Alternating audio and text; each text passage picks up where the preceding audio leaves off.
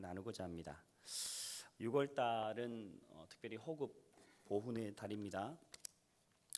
이 나라를 지키기 위해서 수많은 이들이 생명을 던져서 대한민국의 자유와 평화를 지켜낸 것을 기념하는 6.25의 아픔의 상처가 있는 6.25와 또 나라의 소중함을 기억하는 달이기도 하기에 더 의미 있는 달이기도 합니다. 우리가 누리고 있는 자유, 그것은 그래서 그냥 얻어진 것이 아니라는 것을 우리는 압니다. 우리의 이 자유민주주의를 지키기 위해서 수많은 이들이 피 흘린 희생과 또 노력으로 이 나라를 지켰고, 그리하여 우리는, 그리고 우리의 세대는 그 자유와 평화 가운데에 성장하였고 지금 그것을 누리고 있는 것입니다. 6월에 이 자유의 소중함들을 그래서 기억하는 것, 이것은 굉장히 중요하고 가치 있는 일입니다. 하나님께서 이 나라를 지키셨다는 것을 기억하는 달, 또 하나님께 그것을 감사하는 달이 되기를 축원합니다. 왜 제가 6월달 이 나라를 지킨 일들을 먼저 소대 말씀드리냐 하면, 자유라고 하는 것은 그저 얻어진 것이 아닙니다. 그런데 그것이 우리의 신앙에도 마찬가지지요. 우리가 그리스도 예수로 말미암아 자유를 얻었습니다. 그런데 그것이 그냥 얻어진 것이 아니다라는 것입니다. 어떻게 우리에게 자유가 주어졌지요? 예수 그리스도께서 우리를 위해서 십자가에 달려 피 흘리심으로 말미암아 우리는 얻게 된 이 자유를 이 땅 가운데 그리스도인으로 누리고 있습니다. 베드로전서 1장에는 오직 흠 없고 점 없는 어린 양 같은 그리스도의 보배로운 피로 우리가 대속되었다라고 말합니다. 사실 예수 그리스도의 십자가가 없었다면 우리의 삶, 우리의 모습은 결국 하나님의 진노와 심판 속에 영원한 멸망을 받을 수밖에 없는 것이 우리의 실제적인 모습입니다. 그 일들을 위해서 흠 없으시고 점 없으신 예수 그리스도께서 나를 위해서 십자가에 달려 물과 피를 흘리시고 그 생명 값으로 우리에게 자유를 주셨다라는 것을 기억하는 우리가 되기를 소망합니다. 자유, 그것은 그냥 주어진 것이 아닙니다. 사랑하는 성도 여러분, 우리가 하나님 앞에서 그 자유를 얻게 된 이유, 그것은 우리를 하나님의 자녀의 권세를 가지고 이 땅 가운데 하나님의 나라와 영광을 위하여 살아가게 하시는 하나님의 거룩한 목적이 있다는 것을 기억하시기 바랍니다. 왜 이 말씀을 드리느냐? 우리가 함께 읽었던 이 본문의 갈라디아서의 이 사정이 꼭 그러합니다. 주께서 피 흘려 값주고 사신 그 자유의 가치와 의미를 잃어버렸고, 그리고 갈라디아 교회는 그곳에서 벗어나 자신들이 가지고 있는 다른 어떠한 것을 복음 위에 두고 있는 것을 보게 됩니다. 갈라디아서는 갈라디아 교회에 편지한 바울의 편지입니다. 실제로 갈라디아 교회에는 유대인 그리스도인들의 영향력이 컸습니다. 그래서 이 유대인 그리스도인들이 자신들이 가졌던 율법에 대한 믿음, 그리고 할례와 같은 여러 가지 의식에 대한 그러한 자신들의 이 가르침들을 가지고 그리스도인이 되었습니다. 그리고 갈라디아 교회에 이방인으로 예수 그리스도를 믿어 복음 가운데 섰던 이들에게 이렇게 가르치기 시작했습니다. 그리스도를 믿어서 구원받는 것만으로는 불충분합니다. 할례를 같이 받고 율법을 준수하지 않으면 구원받지 못한다라고 하는 그러한 유대인 교사들의 가르침 때문에 교회가 흔들렸다는 것이죠. 자, 이러한 일들로 인해서 하나님의 은혜와 십자가의 그 사랑이 변질되었다는 것입니다. 바울은 이런 가치를 가진 이 갈라디아 교인들에게 이렇게 말하죠.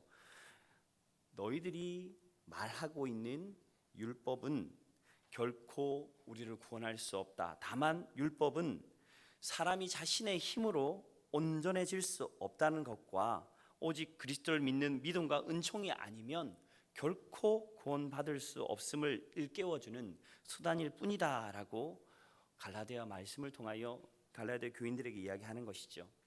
그런데 한 가지 문제가 있습니다.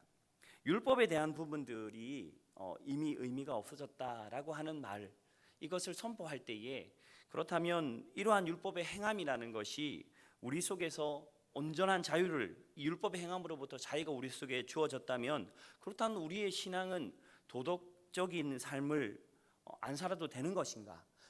율법에 어떻게 정해져 있던 그러한 어떠한 것들을 우리는 지키지 않아도 되는 것인가 하는 질문 앞에 오늘 우리가 함께 읽었던 이 말씀을 통해서 바울은 갈라디아 교인들에게 권면하고 있는 것이죠.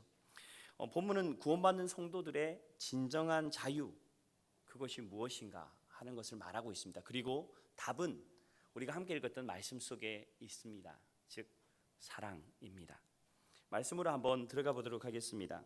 그렇다면 이 본문의 말씀 속에서 우리에게 말씀하시는 그 자유, 그것은 무엇인가 하는 것을 한번 말씀을 통해 살펴보고자 합니다.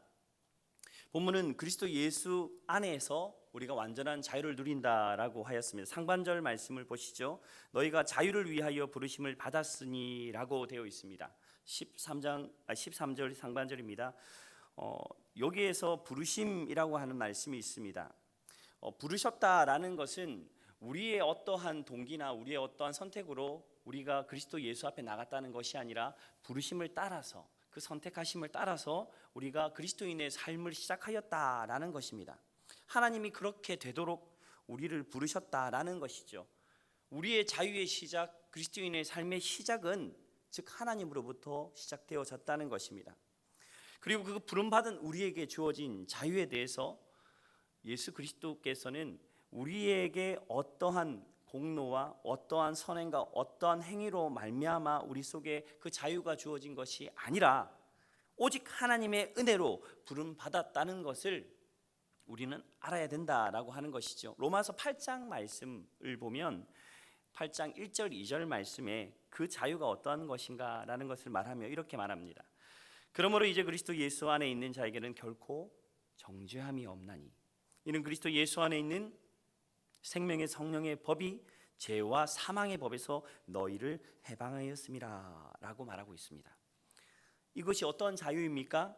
예수 그리스도 안에 있는 성도들은 죄와 사망의 법에서 해방된 자유자, 즉 사단의 굴레 가운데에, 율법의 굴레 가운데에, 그리고 율법의 정죄 가운데에 온전히 드러난 죄로 말미암아 죽을 수밖에 없었던 우리가 우리의 이 모든 것의 속박과 결박을 끊어버리고 하나님의 참된 자녀가 되는 그러한 참된 해방을 누린 자유자라는 것을 말씀하고 있습니다. 더 이상 노예가 아니라는 것입니다. 더 이상 세상 가운데 버려진 고아와 같은 존재가 아니라는 것입니다.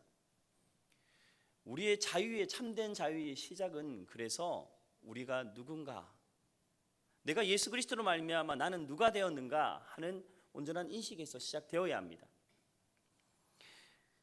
내가 더 이상 노예가 아니다라는 것을, 그리고 내가 노예에서 자유자가 되었다는 것을 내가 스스로 인식할 때에 나는 자유자로서의 삶을 시작할 수 있어요. 고아였던 이들이, 세상 가운데에 버려진 것 같은 삶을 살았던 이들이 내가 고아가 아니고 내가 상속받는 아들이다라는 이러한 사실을 깨닫게 되면 아들로서의 자유를 누리게 되는 것입니다. 복음은 우리에게 그래서 단 한 가지를 말합니다.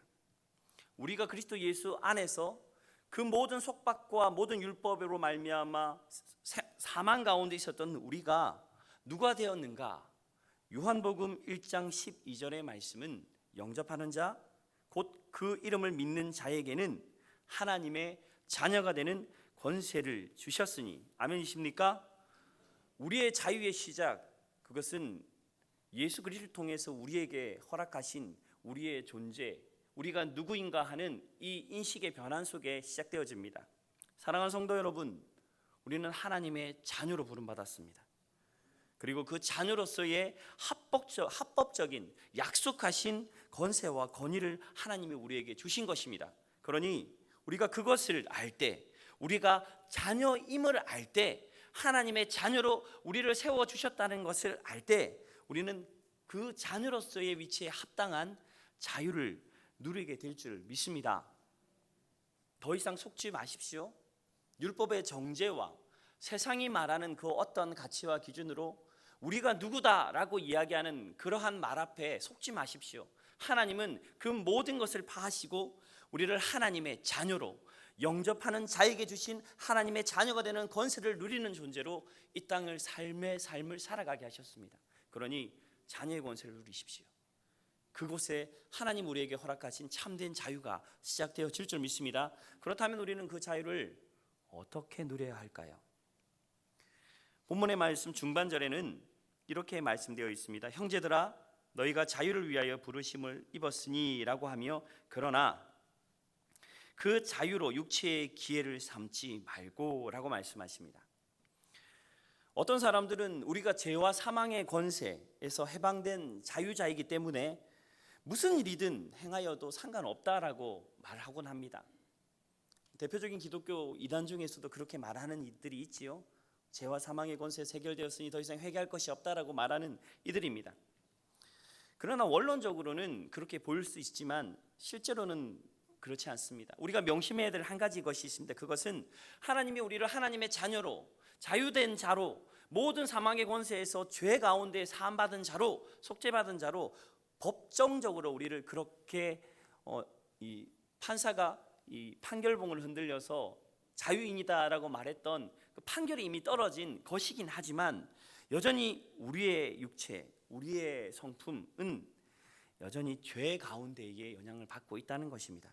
갈라디아서 5장의 말씀을 보면 내가 이르노니 너희는 성령을 따라 행하라. 그리하면 육체의 욕심을 이루지 아니하리라.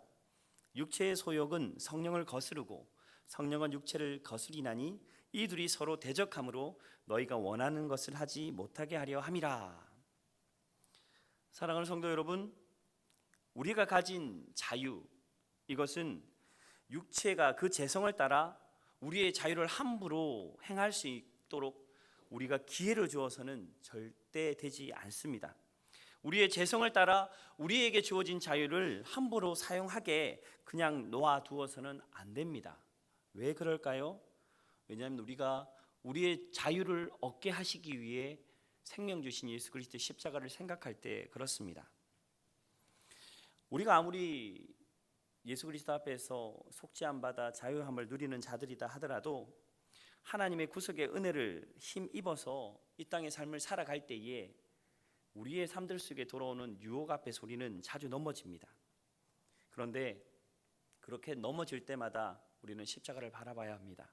왜요? 주님이 이 자유를 얻기 위해 피 흘리셨던 그 십자가를 바라보며 또다시 죄와 사망의 권세의 노예로 떨어질 수는 없기 때문입니다. 베드로후서 2장에는 참된 속담에 이르기를 개가 그 토하였던 것에 돌아가고 돼지가 씻었던 더러운 구덩이에 도로 누웠다 라는 말이 있습니다. 마치 개가 토하였던 것을 다시 먹고 돼지가 더러웠던 웅덩이에서 끄집어내어 깨끗하게 씻었던 그 돼지가 웅덩이에 다시 들어가 뒹구는 것과 같이 우리의 삶들 속에 죄악은 여전히 우리를 유혹하고 우리를 우리의 원래에 묶였던 그 자리로 다시 한번 무너뜨리려고 호시탐탐 노리고 있습니다. 그러니 우리가 율법에 대하여 자유함을 얻었다 할지라도 그 자유를 육체의 기회로 삼지 않는 여러분 되길 주님의 이름으로 축원합니다. 또한 우리가 왜 그러한 이 자유 속에서 우리가 육체의 그 죄성을 따라 행하지 않게 우리 스스로를 묻고 또 함부로 우리의 삶들을 그렇게 흘러가지 않게 깨어 있어야 할까요? 그것은 우리의 육체가 더 이상 우리의 것이 아니기 때문입니다. 또한 우리의 육체가 더 이상 육체를 위하여 세상의 것을 위하여 사용되어질 그러한 도구가 아니기 때문입니다. 고린도전서 6장의 말씀, 음행을 피하라. 사람이 범죄하는 죄마다 몸 밖에 있거니와 음행하는 자는 자기 몸의 죄를 범하니니라. 너희의 몸은 너희가 하나님께로부터 받은 바 너희 가운데 계신 성령의 전인 줄 알지 못하느냐. 너희는 너희 자신의 것이 아니라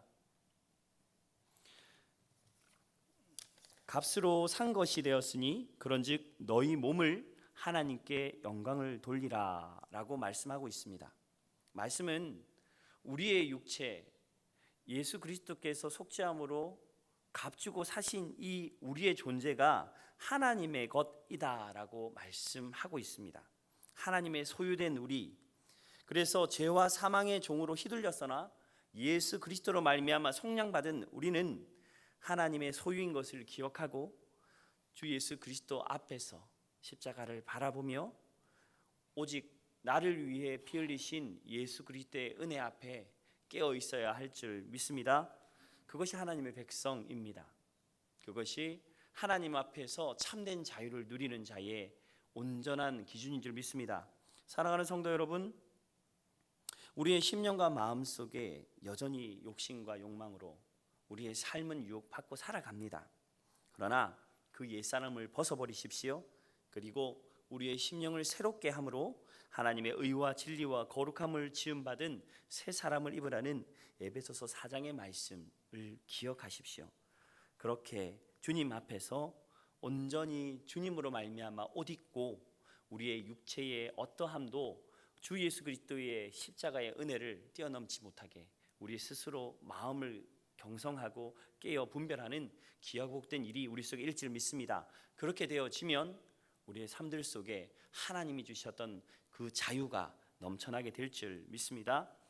세 번째로 우리가 우리의 삶들 속에 그럼 어떻게 하면 그 자유를 아름답게 사용하며 살아갈 수 있을까? 우리에게 주신 그 자유는 그래서 육체의 것들을 사용하며 그것을 향하여 가는 자유가 아니라고 말씀드렸습니다. 그렇다면 무엇을 위해서 우리에게 주신 사랑일까요? 우리가 함께 읽었던 13절 하반절의 말씀, 형제들아 너희가 자유를 위하여 부르심을 입었으나 그러나 그 자유로 육체의 길을 삼지 말고 무엇이라고 되어 있습니까? 오직 사랑으로 서로 종노릇하라. 하나님께서 우리 가운데에 주신 그 자유를 가지고 다시 우리에게 서로에게 종노릇하라라고 하는 말 좀 이상할 수도 있습니다. 그런데 하나님께서 우리에게 그 자유를 주시고 하나님의 자녀로서의 권한과 권세를 주시면 반드시 우리에게 한 가지 따라오는 것이 있습니다. 그것은 권한과 권위에 따르는 책임인 줄 믿습니다. 그것은 우리에게 주어진 권한을 온전히 쓰고 또 그것을 통하여 하나님의 영광을 돌리는 삶을 살아가야 하기 때문입니다. 그것은 의무이지요. 그렇다면 그 자유 가운데 하나님의 뜻대로 우리의 자유를 쓰며 앞으로 나가는 이들은 결국 하나님께서 우리에게 원하시는 삶, 예수 그리스도를 따라가는 삶, 하나님 나라와 영광을 이루어가는 삶, 또한 주님을 닮아가는 온전한 성숙의 삶으로 이끌림 받게 될 줄 믿습니다. 우리의 삶들 속에 참된 성숙으로 나가는 것, 그것은 우리의 삶의 변화를 수반합니다. 그것은 하나님을 닮아가는 인생이라고 말씀드렸습니다. 그렇다면 그것은 무엇일까요? 우리가 함께 읽지는 않았지만 14절의 말씀 한번 같이 읽어보도록 하겠습니다. 5장 14절의 말씀, 온 율법은 내 이웃 사랑하기를 내 자신같이 하라 하신 한 말씀에서, 말씀은 우리에게 구약을 통하여 주어진 모든 것의 완성은 사랑이다라고 말씀하십니다. 하나님 우리를 사랑하셨고 그 사랑을 우리는 힘입어 주 예수 그리스도의 자녀가 되었고, 하나님의 자녀가 되었고 주 예수 그리스도로 말미암아 주셨는 은혜를 누리고 이 땅의 삶을 살아갑니다. 사랑받은 자로 사랑을 주고 그 사랑을 행함으로 우리는 이 땅 가운데 하나님의 율법을 온전히 이루는 존재가 되는 것이죠. 성경은 하나님은 사랑이시다라고 하셨지요. 우리가 사랑할 때 하나님을 안다라고도 말씀하셨습니다. 사랑하는 성도 여러분, 우리의 변화, 우리의 성장, 우리의 자라남의 방향은 그래서 하나님을 닮아감에 포커스가 맞춰야 되어질 줄 믿습니다. 그것이 하나님을 사랑하고 이웃을 사랑하는 성경의 핵심 두 가지의 원리인 것입니다. 사랑하는 성도 여러분, 오늘 우리에게 주셨던 그 자유를 기억하십시오. 그 자유를 갈망하십시오. 그리고 하나님을 바라보십시오. 그 사랑 가운데에 우리를 세우신 그 하나님의 온전한 자유 앞에서 사랑하게 힘쓰고 또 그 힘쓰는 삶을 통하여 우리의 삶의 온전한 변화와 성숙이 맛보아지는 우리 모두가 되길 주님의 이름으로 축원합니다. 누가복음 15장에는 탕자의 비유를 통해서 우리가 가진 자유, 사람이 이 땅 가운데 삶을 살아갈 때에 자유를 추구하는 그 자유의 모습이 방종이다라고 말하고 있습니다.